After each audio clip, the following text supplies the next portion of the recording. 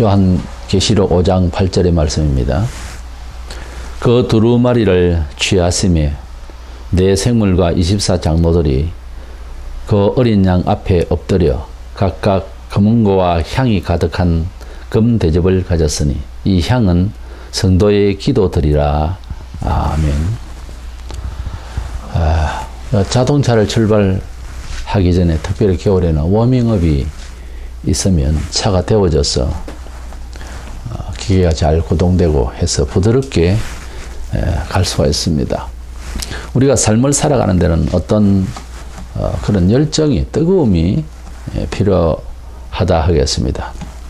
우리 삶을 같은 형식의 삶을 사는 것 같아도 열정을 가지고 사는 사람들은 여러 가지 거치는 논리적인 이성적인 모순들, 이런 것들을 다 헤쳐나가고 넘어갈 수가 있는 것을 봅니다. 우리 하나님도 그런 말이 있습니다. 명사보다 부사에 더 관심이 있으시다고. 믿음을 가져도 그냥 믿음, 이것보다 열정적 믿음, 기도를 해도 뜨거운 심령으로 소원을 아뢰는 그런 것을 하나님은 원하십니다. 본문은 사도 요한이 천상교회에 영적으로 올라가서 보니까 지상교회를 대표하는 24장로들의 손에 향이 가득한 금 대접을 갖고 있었는데 그것은 성도들의 기도들이라고 했습니다. 그래서 우리가 하나님께 기도하고 또 우리의 소원을 하나님께 가지고 있는 이런 우리의 심령의 정신적인 거지만은 기도와 소원이 우리가 하나님 앞에 향이 되어서 하나님 앞에 드려지는 이런 기도가 되어야 되겠다 해서 주제를 기도가 향이 되게 하라, 이런 말씀으로 은혜를 나누고자 합니다. 첫째, 우리의 소망은 어디에다가 둬야 될 것인가? 우리의 소망, 우리의 기도의 내용은 뜻이 하늘에 닿을 만큼 해야 된다는 겁니다. 신앙생활의 지침은 성경이고 또 성경대로 사는 데 있어서는 기도와 순종이라는 것이 필요합니다. 우리가 하나님을 믿는 지침은 성경이라고 하는 것만은 고백을 하고 기도하지 아니하고 그 성경에 대해서 고백대로 순종하지 않으면은 그 성경이 우리 신앙생활에 아무런 효과를 나타낼 수가 없습니다. 요한은 천상에서 우리가 기도하는 것이 다 하늘 보좌 앞에 금 대접에 담겨져 있음을 보았습니다. 이 말은 성도들의 기도와 소망이 그 하늘에 닿아야 된다, 하나님 앞에 드려져야 된다는 것을 암시합니다. 우리의 소망은 지상에서 인간적인 입장에서 나눌 수 있는 이런 차원을 넘어서서 하나님 앞에까지 갈 수 있는 소원이고 내용이 되어야 된다. 그리고 기도가 되어야 된다 하는 점입니다. 마태복음 6장 33절에 그런즉 너희는 먼저 그의 나라와 그의 의를 구하라. 그리하면 이 모든 것을 너희에게 더하시리라. 우리가 먼저 구할 것은 무엇인가? 또 먼저 행할 일은 무엇인가? 이것을 성도가 되면 분명하게 순서를 정해야 됩니다. 그래서 먼저 하나님의 나라, 천국, 하나님의 나라의 확장을 위해서, 하나님의 나라의 영광을 위해서 말을 하고 선택을 하고 일을 꾸며나가는 태도가 중요합니다.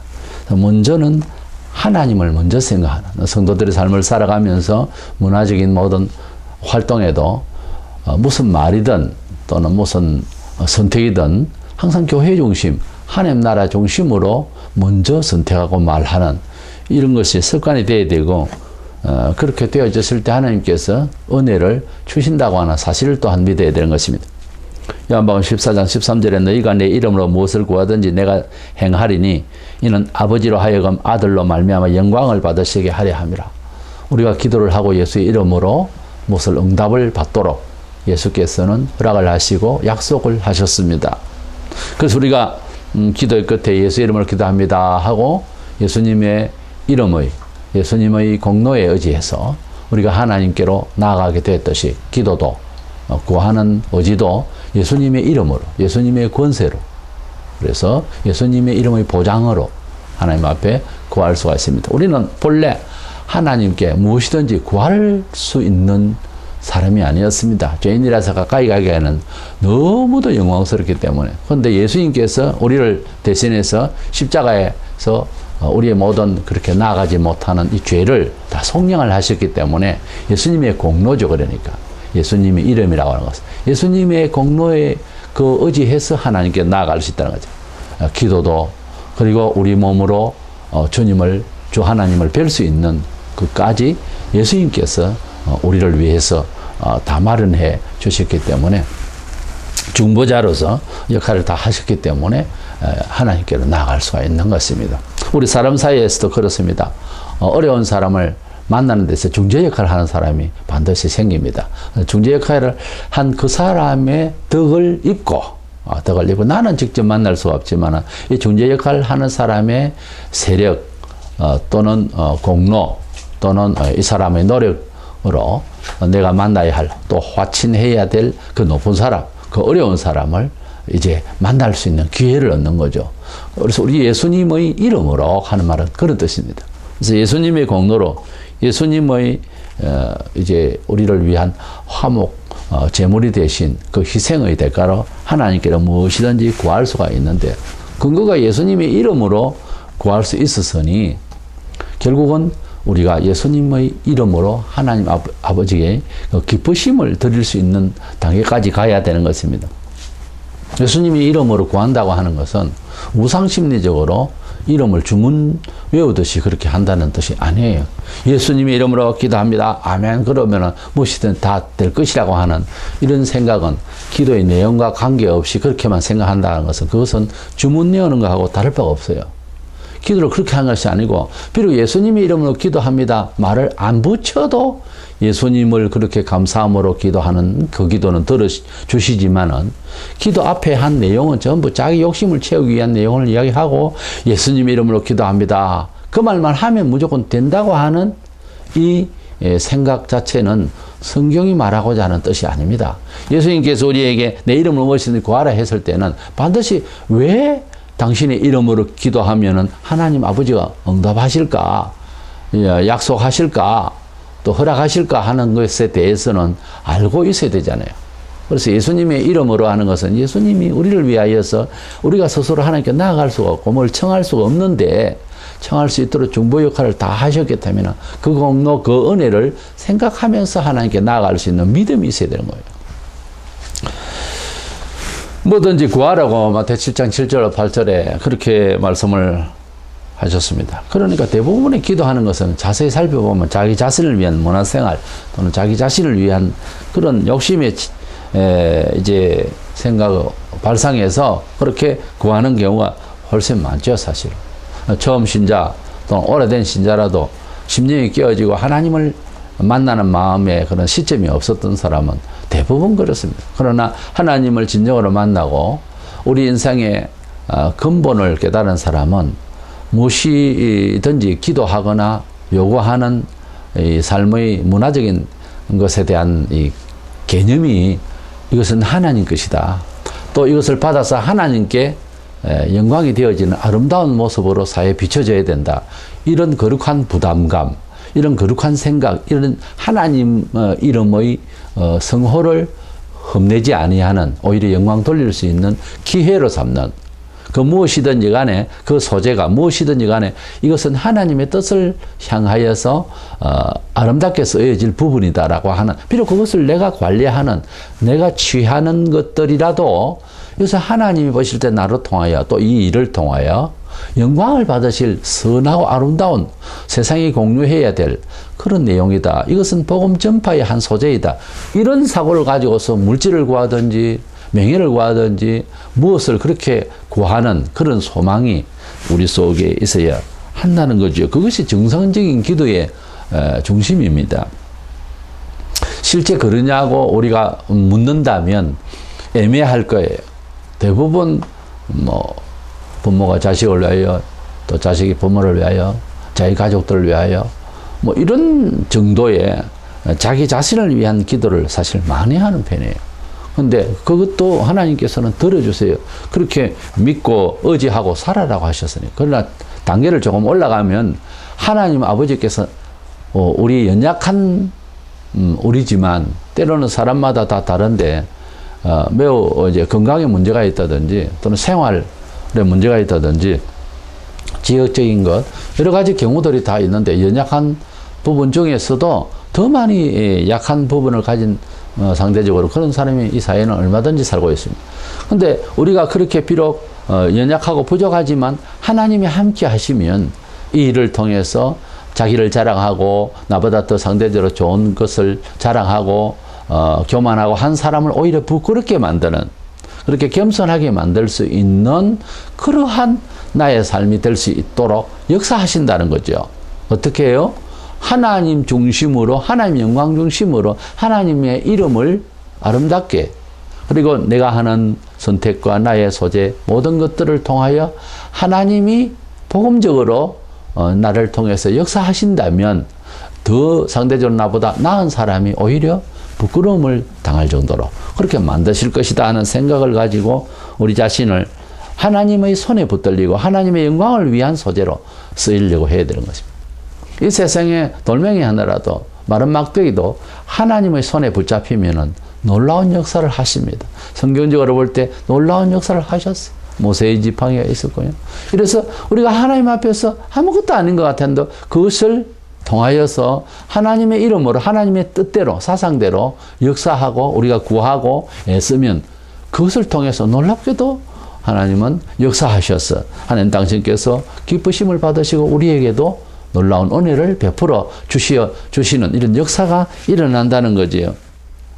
그래서 기본적으로 나 자신을 위한 이기적이고 세속적이고 하는 이런 생각으로서 이제 구하는 것은 이제 좀 더 개화되어서 진화되고 이제 하나님의 통치하시는 하나님 나라를 어차피 이 세상에 이루어 가야 하는 교회의 일원이니까요.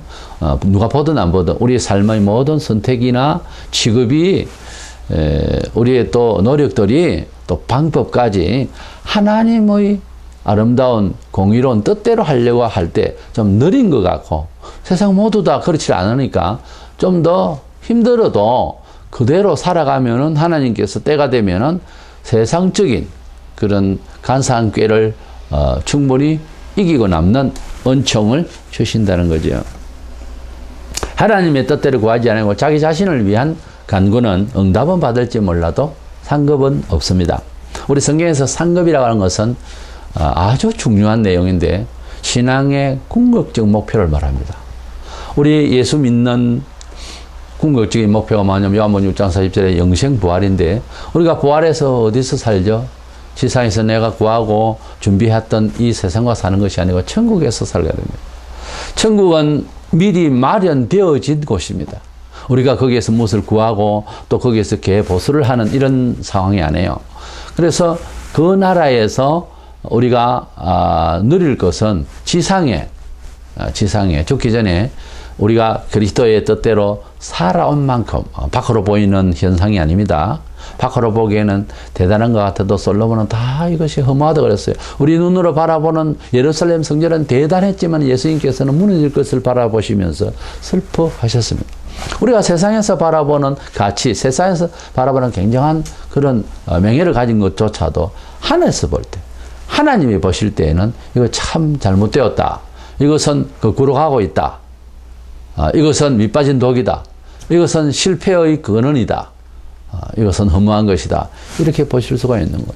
가령 살았다 하는 이름은 가졌으나 죽은 자로다. 이렇게 표현하듯이 우리가 하나님 앞에 살아가는 우리 사람끼리는 다 살았다, 부요하다 뭐 이렇게 보여도 하나님이 보실 때는 죽었고 병들었고 벌거벗었고 가난하게 볼 수도 있다는 거죠. 이것은 우리 세상을 살아가면서 지성적으로도 약간의 철학을 가미하면 이 세상을 바라볼 때 가치관이 일반적으로 생각하는 가치와 다르게 우리가 뚜렷하게 평가될 수가 있는 부분이 많지요. 많이 가진 것 같으나 폭력 속에서 빈곤이라고 우리가 그런 의견을 말하고 또 그렇게 평가하기도 하지 않습니까?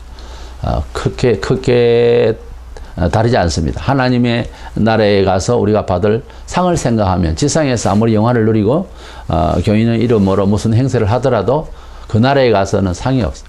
그 나라에 가서는 더 이상 일을 하는 것이 아니고 이 지상에서 어떤 마음으로 살았느냐, 어떻게 인내하며 충성했느냐 하는 만큼 그날에 가서 영광스러운 자리를, 영광스러운 그런 인격적 존경을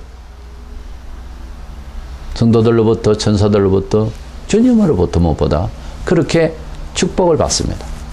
이렇게 이 살아가는 이 삶의 과정에 대한 근시안적이고 지구촌에서 삶을 위해서 뭐 금식을 하고 이렇게 해도 하늘나라에서 받을 상이 정해지지 않는다면은 비록 그것이 역사가 나고 기적이 나고 했다 하더라도 그것이 그렇게 결국은 대단한 것은 아닙니다.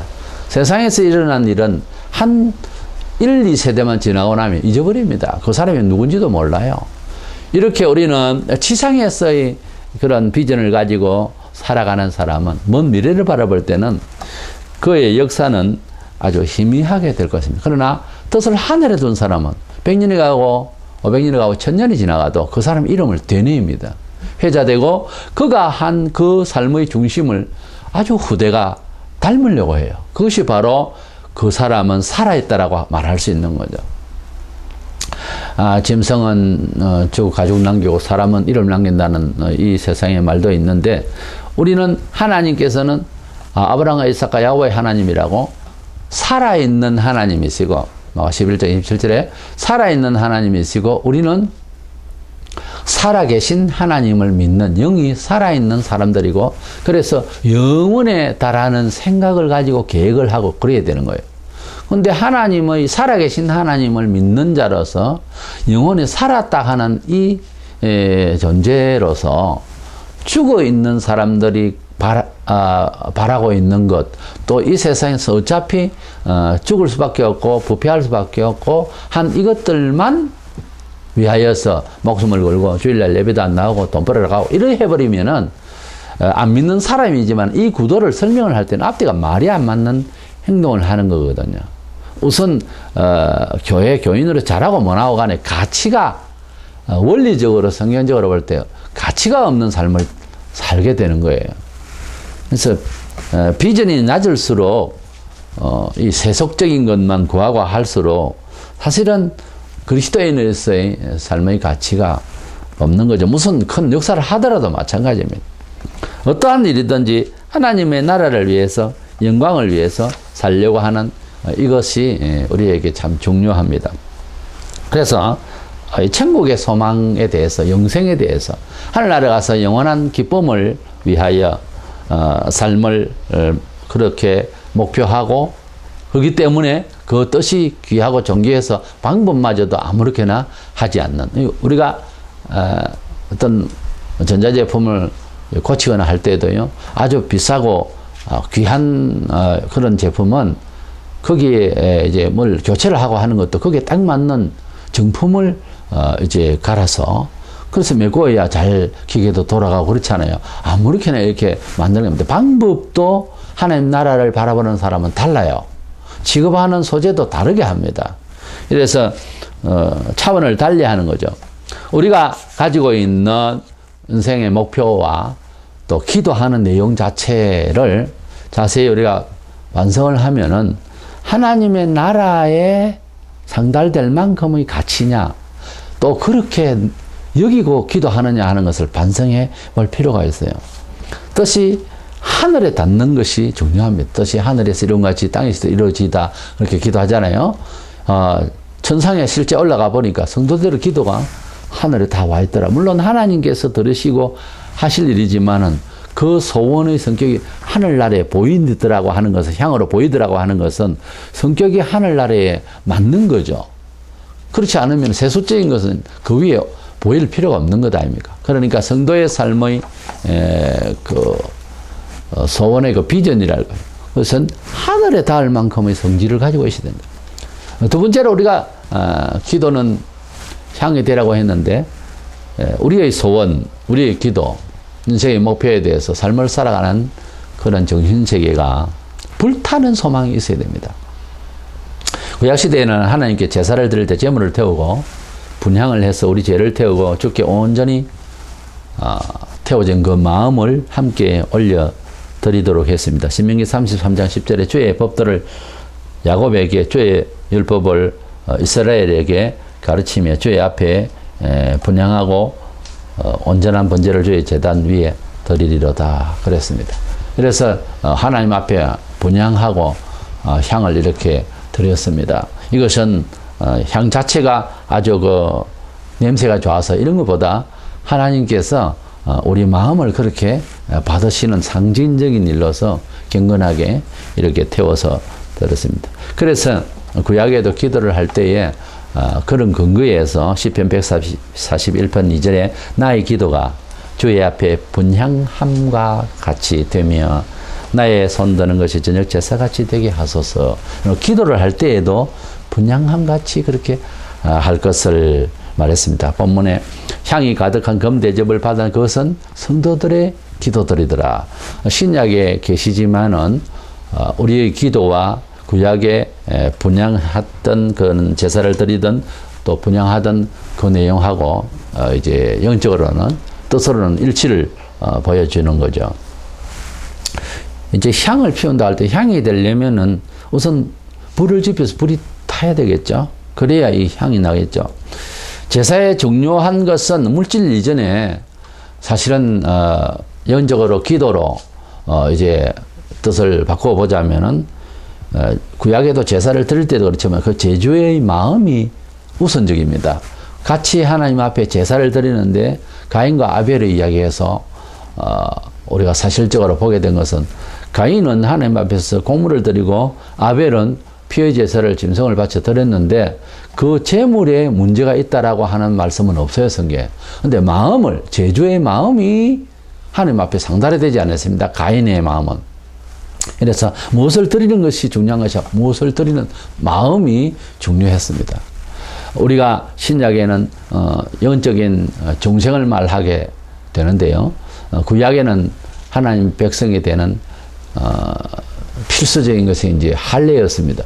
근데 그 할례도 형식이 아니었고 마음에 먼저 할례를 받으라고 아예 구약에도 그렇게 말씀을 하고 있습니다. 그것을 형식적으로 취급하고 있던 예수님 당시의 사람들을 향해서 또 그런 영향을 받은 개종한 기독교 개종한 성도들에게도 자꾸 마음의 할례를 행해라. 그런 신약에도 그런 이제 권고를 하지만은 원래 구약에서 할례를 행할 때에 마음의 할례를 행하라고 먼저 말씀하고 있습니다. 그래서 구약은 현실적이고 보이는 그 역사를 하는 하나님 같지만 자꾸 생각을 하지 않아야 됩니다. 구약에도 천국이라는 단어는 안 나오지만 영생을 믿고 내세에 대한 상징적인 용어로서 영생에 대한 영생 단어가 나옵니다. 천국이라는 말은 없어도요. 아직까지 감춰져 있고 이루어져야 하는 내용이기 때문에 천국이라는 단어는 없어도 한 번도 안 나옵니다. 그러나 천국을 뜻하는 말들은 영감이 깊은 사람은 내가 내 몸 밖에서 주를 보리라 이러면서 그 내용들이 영생을 상징적으로 말하고 또 영생을 말하고 있는 내용이 많이 있습니다. 그러니까 구약이라고 해서 형식적이고 외식적이어도 됐었다 혹은 그렇게 원하셨다라고 생각을 한다면 큰 오산입니다. 하나님은 구약시대나 신약시대나 지금에 똑같습니다. 하나님은 사람에게 받으실 때 상한 심령이라고 제사가 지금 근본이 아니었습니다. 제사를 드릴 때에 하나님을 경외하고 하나님을 만나는 그러한 어떤 장소 그리고 그러한 형식일 뿐이었지 그 자체가 중요한 건 아니었습니다. 그것이 하나님을 만나는 그런 수학 공식 같은 거였다면 과학적인 거였다면 기계로 탁탁탁탁탁탁탁 하면 다 되지 않습니까? 그런 식으로 하나님을 생각했던 고르반주의라고 형식이 완전히 치우쳤던 그러한 유대인들 사이에 예수님이 오셔서 이것 아니다. 바로 해라. 라고 이제 개혁을 하셨고, 우리에게는 그런 저런 내용도 없었죠. 우리에게는 그 사연을 듣고 예수님이 우리의 구주다. 우리 이방인에게도 구주요, 우리 이방인도 다 보셨던 하나님이시었다 하는 것을 이제야 깨닫고 믿는 것이지만, 유대인들에게는 회개와 반성과 개혁이 필요했던 그런 내용이었죠. 이래서 이렇게 하나님 앞에 향을 드리는 것과 같이 태워서 향을 드리는 것 같이 우리 마음을 하나님께 올려드리는 것이 구약 제사 때부터 그렇게 말씀을 하고 있고, 기도하는 자도 내 기도가 주의 앞에 분향과 함과 같이 되기를 원한다고 하는 이 표현을 보면 그렇다는 거죠. 그래서 성도의 삶을 살아가는 태도에 있어서 이렇게 뜨겁게 태워서 열정적으로 이렇게 간절한 기도를 했을 때, 간절한 어떤 소망이, 열망이 있을 때에 하나님께서 기뻐히 받으셨다는 것을 여러 곳에서 볼 수가 있습니다. 솔로몬이 1,000번째를 한 방에 그냥 1,000마리를 드리는 엄청 그런 것을 얼른 볼 수가 없습니다, 성경에. 이렇게 큰 제사를 드리는 그의 불타는 마음이 뭔가 하면 아버지 다윗 왕이 돌아가시고 자기가 백성을 통치를 해야 되는데 지혜를 달라고 하는 기도를 하기 위해서 어마어마한 이란 큰 제사를 드리는 것을 볼 수가 없었어요. 엄청난 큰 제사를 드렸어요. 이것은 불타는 심정이에요. 하나님 앞에 불타는 심정. 한나가 아들이 없어서, 아이가 없어서 하나님 앞에 얼마나 애를 태우고 기도했던지 너무 힘드니까 입에서 말이 제대로 안 나옵니다. 엘리 제사장이 보니까 뭐 입만 움직이니까 말은 안 하고 그러니까 뭐 포도주에 취했나 할 정도로 사람이 너무도 포도주에 취한 사람 가만히 앉아서 이렇게 하겠습니까? 너무 몸이 막 지치고 그냥 술 마셔서 취한 사람 마냥 그렇게 괴로워하는 거예요. 이런 기도, 너무 간절한 기도, 불타는 기도, 애타는 기도. 누가 보면 18장에 나오는 과부도 그랬습니다. 비유컨대 그냥 하나님도 안 믿고 사람들을 무시하는 재판관이 있어. 참 입장 곤란한 거죠. 근데 그거 다 또 이제 찾아가서 청원할 사람은 과부고요. 그렇게 이 과부가 원한을 풀기 위해서 주야장청 갑니다. 풀어주세요. 풀어주세요. 너무 자주 찾아오니까 그 소원이 도대체 뭐냐 하고 결국 들어줬다 하듯이 하나님 앞에 우리의 소원과 우리의 소망과 이것이 주야로 괴로워해도 주야로 꼭 이렇게 되기를 원합니다. 이것이 있어야겠습니다. 이렇게 하나님께 살기 원합니다 하는 이러한 주야로 괴로워하면서 이렇게 애를 태우는 기도, 이것을 하나님이 잘 들으신다. 엘리야의 영감을 받기 위해서 그냥 뭐 멈춰 설 것을 원했지만 끝까지 따라갔던 엘리사, 그래서 영감의 두배를 받는 이런 은총을 받았어. 또 타지에서 살다가 이제 남편도 죽고 자식도 죽고 시어머니와 며느리 둘밖에 없어. 그런 상황이 됐을 때에 나오미가 이제 한 며느리를 갖고 이 며느리도 이제 룻이라는 며느리도 이제 다시 살림 차려서 살도록 그렇게 새살림 하라고 권했습니다. 근데도 끝까지 한 번 며느리는 뭐 영원한 며느리다 이렇게 표현해야 될까요? 그래서 당신이 믿는 그 하나님, 내 하나님 되기를 원하고 그렇게 믿는다고 합니다. 끝까지 따라왔어요. 나중에 결국은 은총을 받게 되었어요. 다윗이 보면요, 법궤를 찾아올 때에 성경에 보면은 다윗 왕으로서 행동하는 데 있어서 제일 이상한 행동, 제일 정말 특별한 행동입니다. 왕의 행동으로서는 도저히 일상적인 행동 아닙니다. 얼마나 기뻐했던지 하나님 말씀이 들어있는 법궤를 도로 찾아오는 데 있었어요. 춤을 추면 너무 즐거워했어요. 왕이 어째 저렇게 가볍게 노냐 이딴 소리를 하고 궁시렁거리던 사람은 벌을 받았습니다. 하나님의 이 법궤를 너무나도 가슴 타고 애타게 그것을 성전으로 들어오기 위해서, 그것을 도로 찾아오기 위해서 그렇게 평소에 애태우던 다윗 왕을 우리가 볼 수가 있습니다. 이렇게 애를 태우는 열정을 가지는 이런 것이 신앙생활에 있어서 태도가 있어야 됩니다. 사실은 목사가 보거나 또는 우리 성도들 사이에서도 대충 보여요. 아우 저거는 참 열심히야 이런 소리를 우리가 하고 또 듣고 그럽니다. 근데 목사가 교인을 관리하다 보면은 보여요. 그런 게 아주 열정적인 사람이 있어요. 눈을 땡그랗게 떠서 설교 듣고 아주 교회 일에 열심히 사람이 있어요. 그런 사람은요 수년 내에 좋은 일이 생깁니다. 3년이 되고 5년이 됐는데 왔다 갔다는 잘 하는데 아무런 열정이 안 보이는 사람, 그게 편안한 것 같아도 참 천국 갈 때까지 그냥 왔다 갔다는 할지 몰라도 역사는 나지 않습니다. 별로 역사는 나지 않아요. 그 사람을 통해서.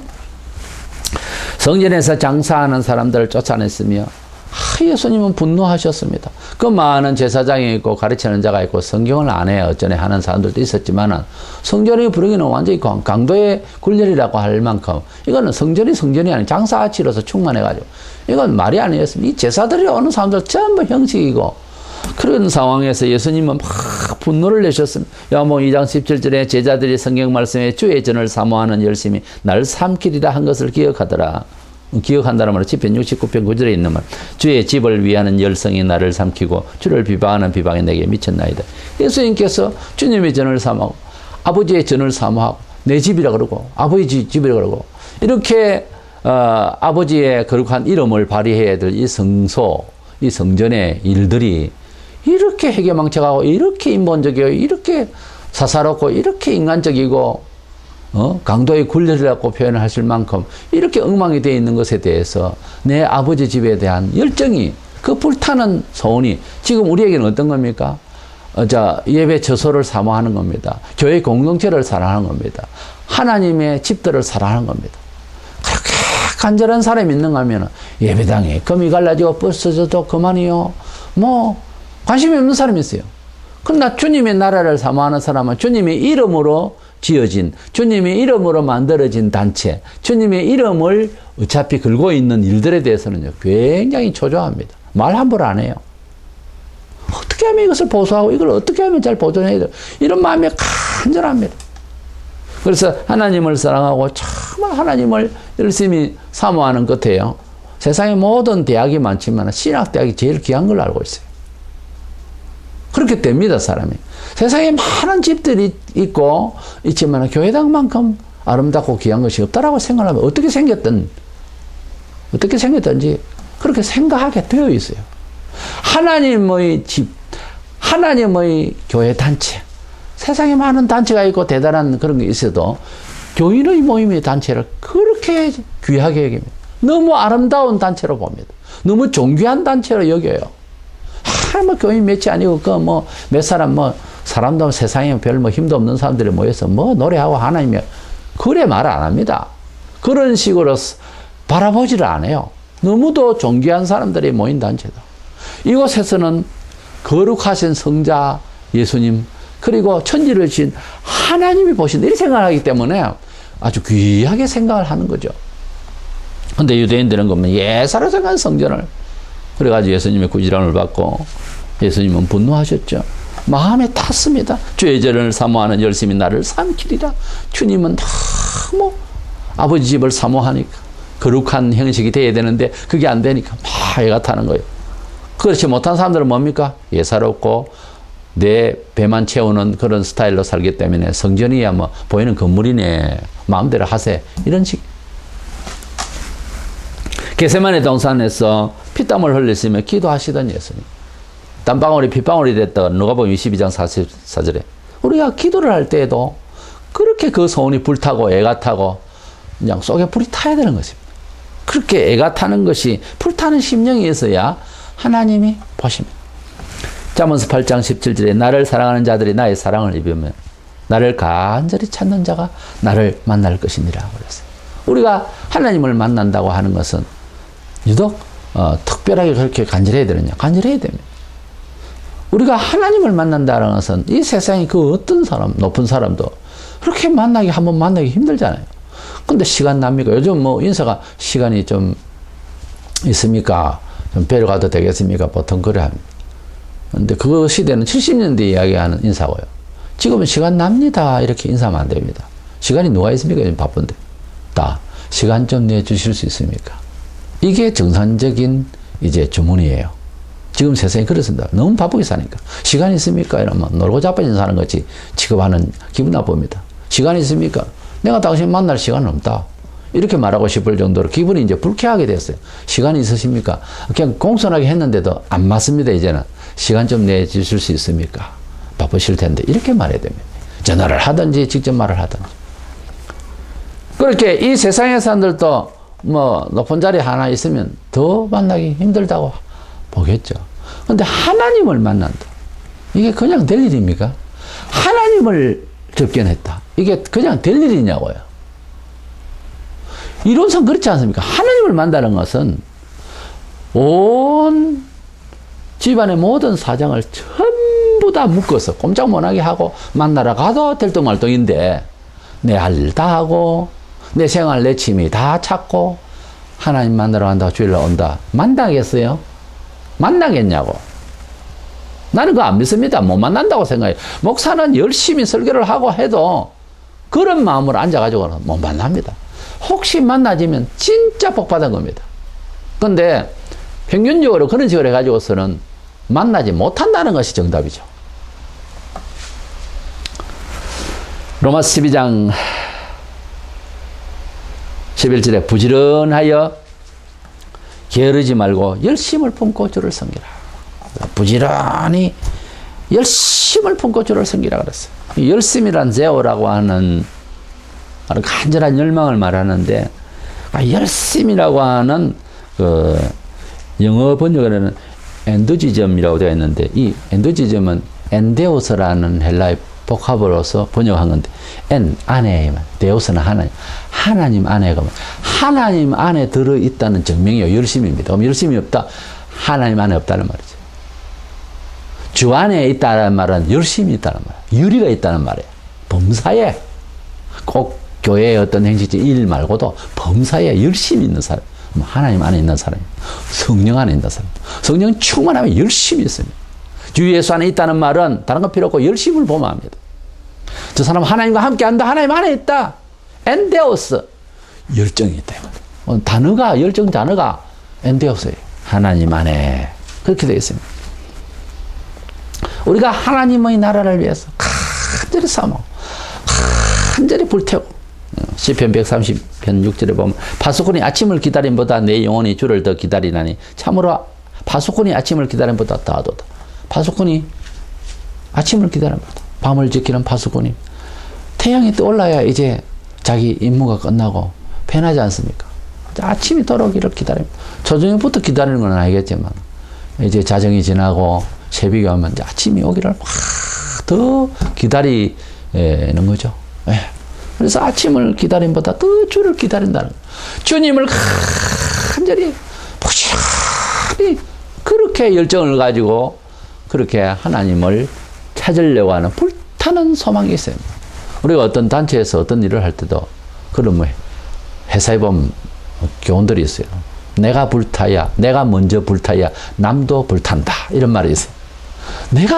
내 하나가 불타야 옆에 사람들도 환기를 일으키고 좋은 일을 발휘할 수 있습니다. 성경에 남달리 열정을 가진 사람들을 봅니다. 복음에 불탄 베드로, 바울, 요한, 그 외에 모든 사도들이 다 아주 불탄 심령, 그렇게 열정을 다해서 자기를 불태웠습니다. 우리가 뭔 일에 대해서 불태운다는 말을, 시를 쓰거나 노래를 할 때 불태운다, 마음을 불태운다, 그런 말, 그것만큼 귀한 것이 없습니다. 세상에 이래도 열정이 많은 사람이 성공하고 쉴 새 없이 움직이니까 주변도 환기를 일으키고, 게으른 사람은 종교 생활에도 나태해서 기적을 창출하지 못하고 덕이 없어요. 교회 식으로는 덕이 없어요. 교회에서 얌전하게 점잖아, 그거 아닙니다. 교회에 들어오면 일단 어떤 가정에서 교육을 받았든지 성품이 어떤지 아무 상관없이 모두가 불타야 됩니다. 성령이 불타야 되고 완전히 다른 분을 만난 것 아닙니까? 하나님을 만났는데 그것은 무슨 변명을 합니까? 우리가 하나님 앞에서 변화를 받았으면 하나님 안에 있는 엔데오스, 열정이 있어야 되는 거죠. 사실 만난 분 자체가 흥분할 수밖에 없는 분이지 않습니까? 원리가. 근데 열정이 없다, 내가 안 만났다는 이야기지. 열정이 있다, 뜨겁다, 만났다는 이야기죠. 간단한 겁니다. 열심히 사는 자는 치매에 걸릴 확률이 낮다고 의사들은 말하고 있습니다. 또 혼자 사는 사람들이 치매 걸릴 확률이 훨씬 높다고 그래요. 이 말은 부딪히면서 살아가는 그래서 뇌 활동이 많아지는 이런 것이 굉장히 건강에 유익하다는 거죠. 그래서 우리가 부딪히고 우리가 또 사람들을 많이 만나고 이런 어떤 열정, 어떤 열이, 움직이면 열이 나지 않습니까? 이 열정과 열의가 있어야 건강에도 좋고요. 또 하나님이 함께 일하시는 역사가 이루어진다는 거죠. 우리의 기도가 마음을 태우듯이 열정을 가지고 구하는 자세가 되어야 하겠습니다. 삶의 목표를 따라서, 아름다운 그 목표를 따라서 열정을 다해서 마음을 태워서 하나님께 드려야 할 것입니다. 하나님의 뜻대로 살고자 한다면, 또 산다고 하는 말의 증거는 반드시 열정적으로 살아갔을 때, 또 열정적이냐 하는 것을 자기를 반성해야 되고, 그렇게 했을 때는 하나님의 성경은 거짓없이 진실되기 때문에 우리가 그 열정을 다해서 주의 뜻대로 살려고 하는 간절함이 있다면 반드시 역사는 난다는 겁니다. 그래서 우리의 기도, 우리의 소원이 향이 되기까지 불태워지는 그런 마음으로 살아가는 저와 여러분 되시기를 축원합니다.